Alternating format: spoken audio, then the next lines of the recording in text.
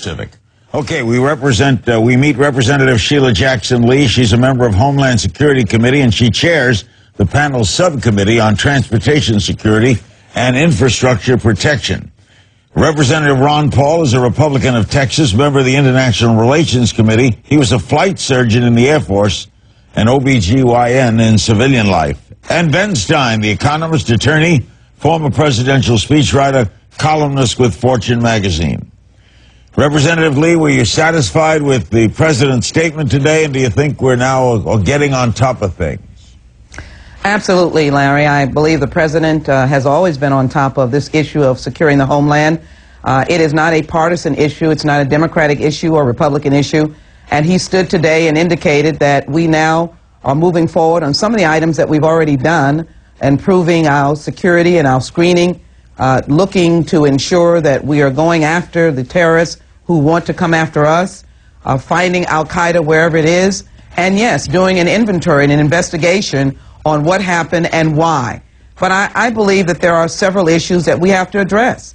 And one of them is the serious stovepiping of intelligence, communicating information that could have prevented this individual from boarding this plane, Flight 253. Congressman Paul, is politics outside the door here? Well, I don't know what, that depends on your definition of politics. If you disagree, I guess it's political. If you agree, then it isn't. But no, the answer to your first question, you know, this statement wasn't all that satisfactory to me, sort of putting the pressure on the people. If we are just more vigilant, it seems to me that the people who had the responsibility in that embassy should have been more vigilant. You know, we're right now spending $75 billion for intelligence gathering. And look at what we have. We had FBI agents telling us about the pilots that were flying but not landing an airplane before 9/11. And here we have this incident. So I would say we come up way short, and I think there's a fundamental flaw in the system. And that is government's incapable of doing it. Everything else in this country, all the businesses and factories and hotels and everything, they're protected by the owners and by private security. But all of a sudden, if you own an airplane, you have to depend on the bureaucracy and $75 billion worth of intelligence gathering, and all of a sudden we're all going to be safe as long as we're alert and tell everybody what's going on. But that governments are responsible to do that then, aren't they? We can't have private industry run our security system. Governments are totally responsible. No, I was stunned at what President Obama said today. I mean, it was as if someone had said after Pearl Harbor, okay, we all got to be vigilant against the Japanese and the Germans. It's the government's job to protect us. We're paying a fortune in tax and debt to have them do it. They're not taking it seriously. They're being like bureaucrats and not really just doing 9 to 5 work and not getting the job done. Look, this is a war. We've said it over and over again. It's not a war against Islam, but it is a war against terrorists. We know a lot about them. It's not getting shared. I think you could, I'm not a stockholder of IBM, but I think you could give this job to IBM, and in about a month, they could come up with a system in which there would be little dots going off on 1 million different people's desks in the bureaucracy if somebody like this Nigerian guy was trying to get on an airplane. Let's get to work on it like we mean it. Like we. All right. Congresswoman Lee, you want to respond to that? I do, frankly.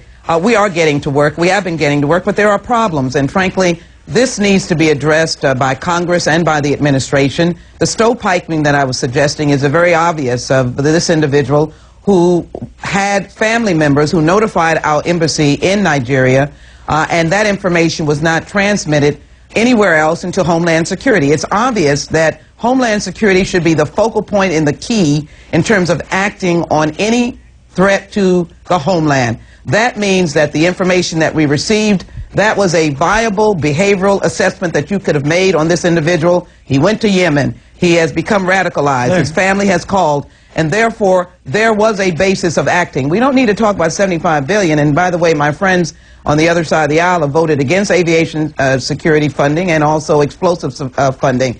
But what the president can do, added, Larry, what I would suggest that he do, is to make a recess appointment to the individual that is being held up as the TSA administrator by a Republican senator. Leadership is important in this aspect. So I believe the government is responsible. I take responsibility, and we have a way to solve the problem. Larry, we don't need I got to get a break. And hold on. I got to get a break. Hold it, Ben, hold it. I got to get a break. We'll have Ben and Ron respond right after this.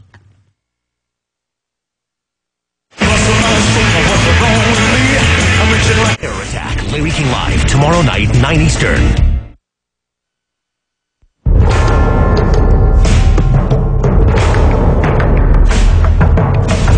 Ron Paul, you want to respond first to the Congresswoman? Yeah, and then yes, Ben? I do.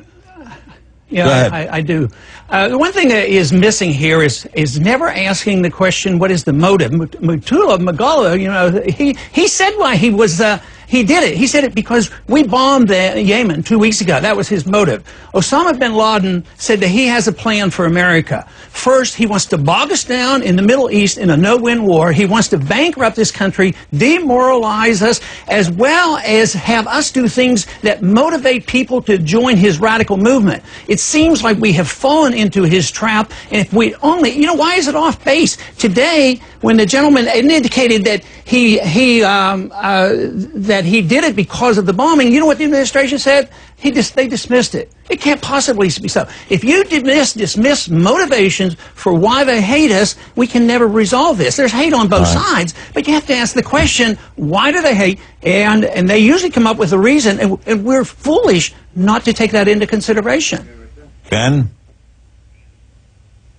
Well, I've never heard anything quite like that in my whole life. What he's saying basically is we are doing something wrong by defending ourselves. Look, if these terrorists are trying to kill the government of Yemen, we've got to help defend them. They're our friends. We can't just let Al-Qaeda run wild. If we try to stop them, that's not sufficient provocation. Why should we stop them? Why? Because they're terrorists and murderers, and they're very anti-American. Why are they should terrorists? we stop terrorists and murderers? Well, Surely, Larry, Congressman, what do you think they're Why are they terrorists? They're terrorists and murderers because they're psychos. They're terrorists and murderers. They're terrorists because we're occupiers. And murders. But we, No, we're not occupiers. That's the same anti-Semitic argument we've heard over and over again. No, that's the same anti-Semitic argument we've heard over and over and over again. Attack. Look, Larry, I think one at a time, guys. It's not a vicious attack. Larry, I'd like to respond to some of these points that are being made. All right, let's go back to Sheila. We don't even need to get into that.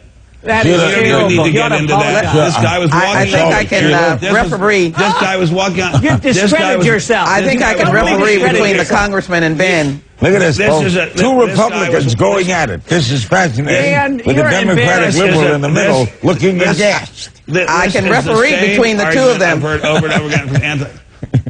You Let me just say that this guy walked onto an airplane with this guy. let me referee, please. In a minute.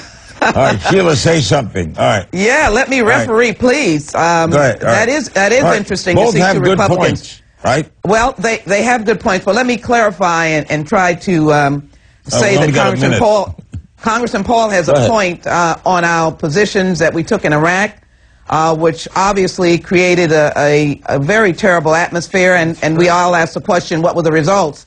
And, of course, Afghanistan is still a question, but we must be reminded that the terrorists acted under President Bush's clock, and so this can't be an issue of a president's inactivity, per se, and lack of commitment to the homeland. But we have to do better, and I believe we need to have behavioral assessment. There was no reason for this individual to have a visa that still was in place until 2010 for them to be able to travel. There was no reason for him not to be detected because of his behavior. Behavioral assessment. We need to make the Homeland Security of the nation focused.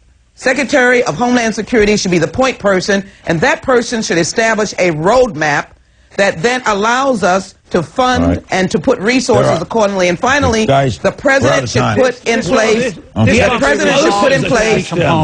TSA administrator by way of a recess appointment. Death, taxes, and these three are going to be back tomorrow. Time now for Erica.